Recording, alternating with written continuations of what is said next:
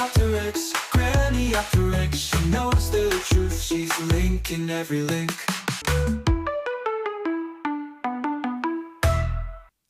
Hello, I found this article online.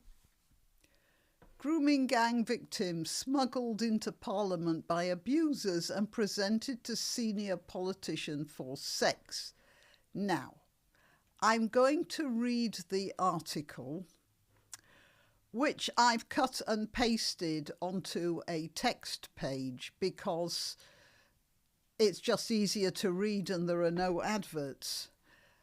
But there's very little I can do to this news item that isn't already there in the article. However, I do want to provide a warning or two. The first is that this is just one woman's unverified story, and she could be a fantasist. I mean, we've had that sort of thing happening before, haven't we? That's what happened to Cliff Richard, remember, because a fantasist told the police that he was involved in some sort of awful activity involving children, and it turned out to be completely baseless. So, yeah, it could be a fantasy, and there have been no names that have been disclosed. This woman is talking about something that happened to her, she says, when she was in her teens, and she hasn't given the names out of the people she says were involved. And there have been no criminal charges and no court findings. So you may ask why because usually I hold off on things like this until some solid evidence has turned up. I'm talking about it because the problem is we do find it believable.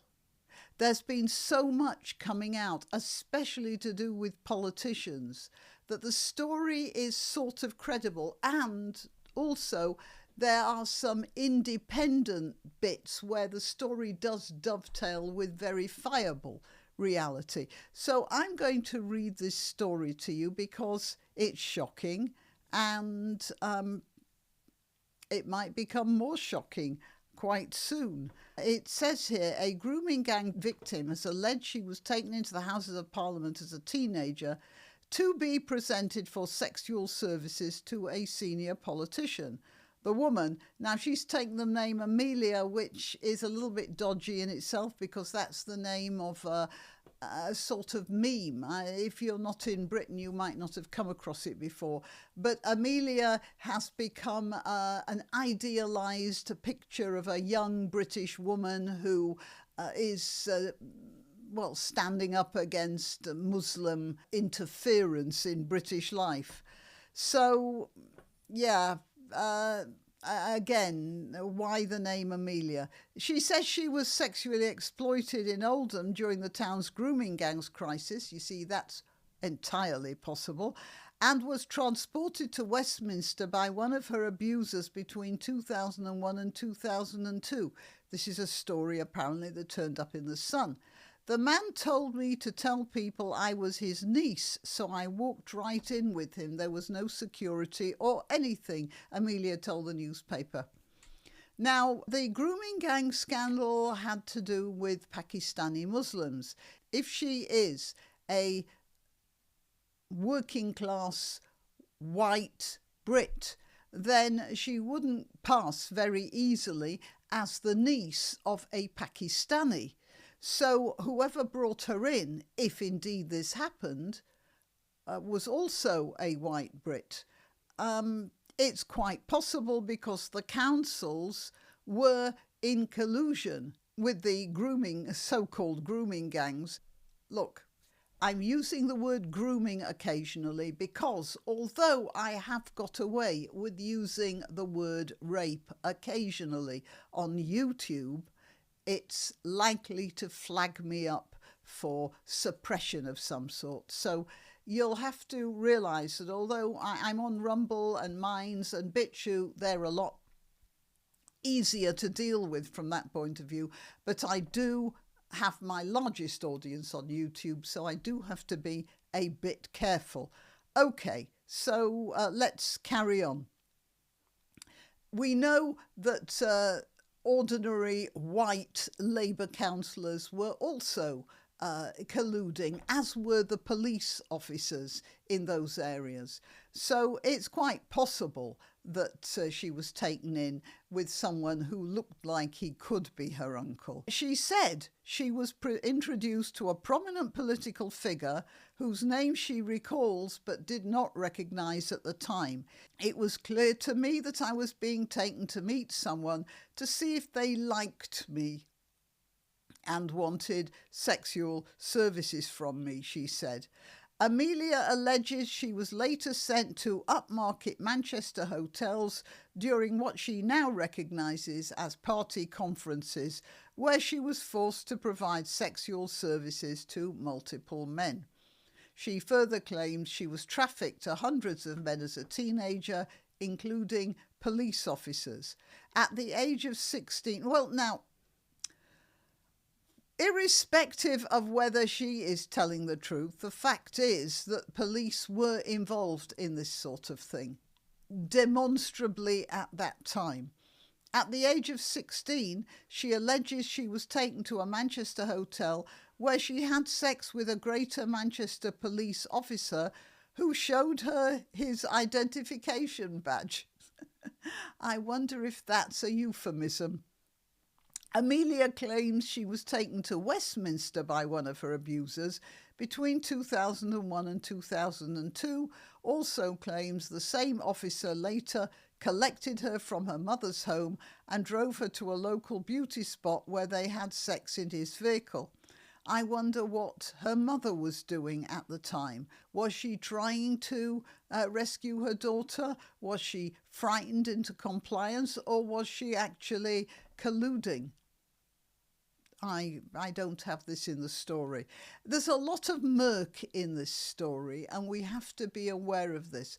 As I say, the only reason I'm reading it out now is it isn't out in outer space. It really is believable, and that's the problem. In a separate incident, Amelia alleges that at 17 she was found intoxicated and injured by another uniformed officer who then took her into a police station and had sex with her in an interview room. So that reminded me of a situation where a girl tried to get help from the police, and some Pakistani grooming gang members turned up, and the police turned her over to them again. And there have been other occasions where an distraught father found his daughter intoxicated and in a state of undress in a flat owned by these and surrounded by a lot of middle-aged Muslim men, and tried to get the police to do something about it, and they arrested him.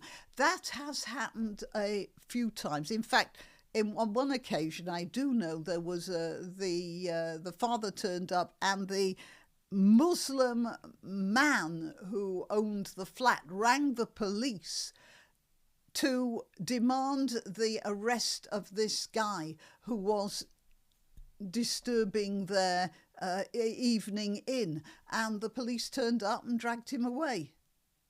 I think the first time they dragged him away and said, if you go back, we'll have to arrest you. I mean, that story is verified. So when you see something like this, do you think, oh, this is not possible? Do you think that? My abusers knew where my family lived and would ring them if I didn't turn up. I felt they were under threat. So that sort of answers my question about her mother. And then it says here, and this is one of the reasons I'm reading it to you, because of the wording of the article, which would be hilariously funny if it weren't such a serious subject. Greater Manchester Police has acknowledged failings in its handling of Amelia's case. An internal report provided to her in January, seen by The Sun, described the conduct of 2 officers as unacceptable, and both required improvement.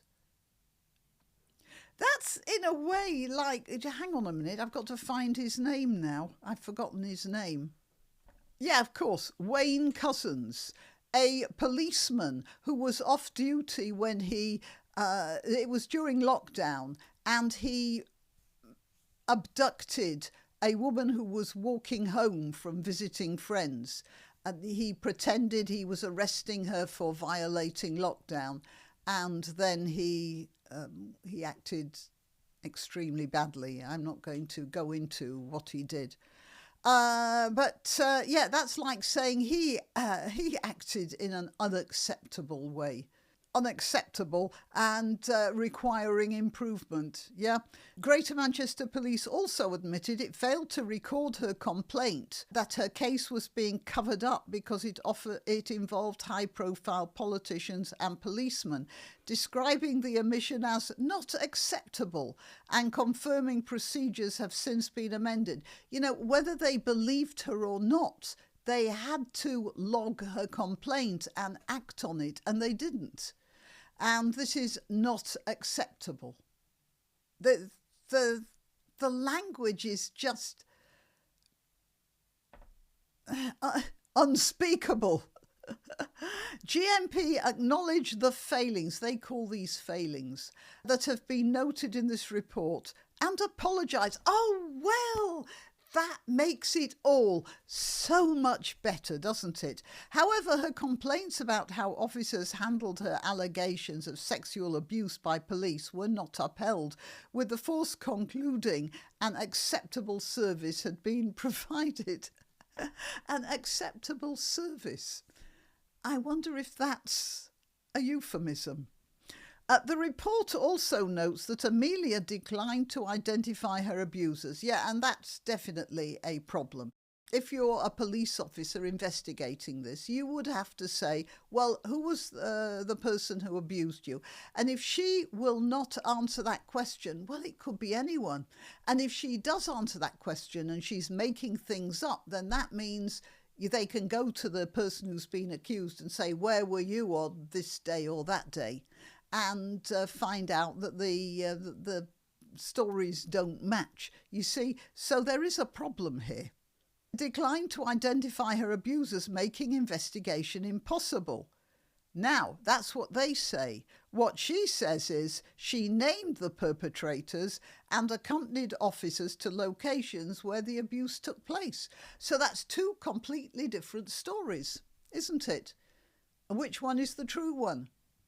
Well, you tell me, because it's very difficult to know what's going on. And if the police want to hide bad behaviour, they have many ways of doing that. Amelia reported her allegations to her local MP, Jim McMahon, in 2023, and he contacted Parliamentary Security. Her case was mistakenly referred to the Parliamentary Liaison and Investigation Team, which protects MPs, rather than being investigated as a criminal matter. So, by mistake,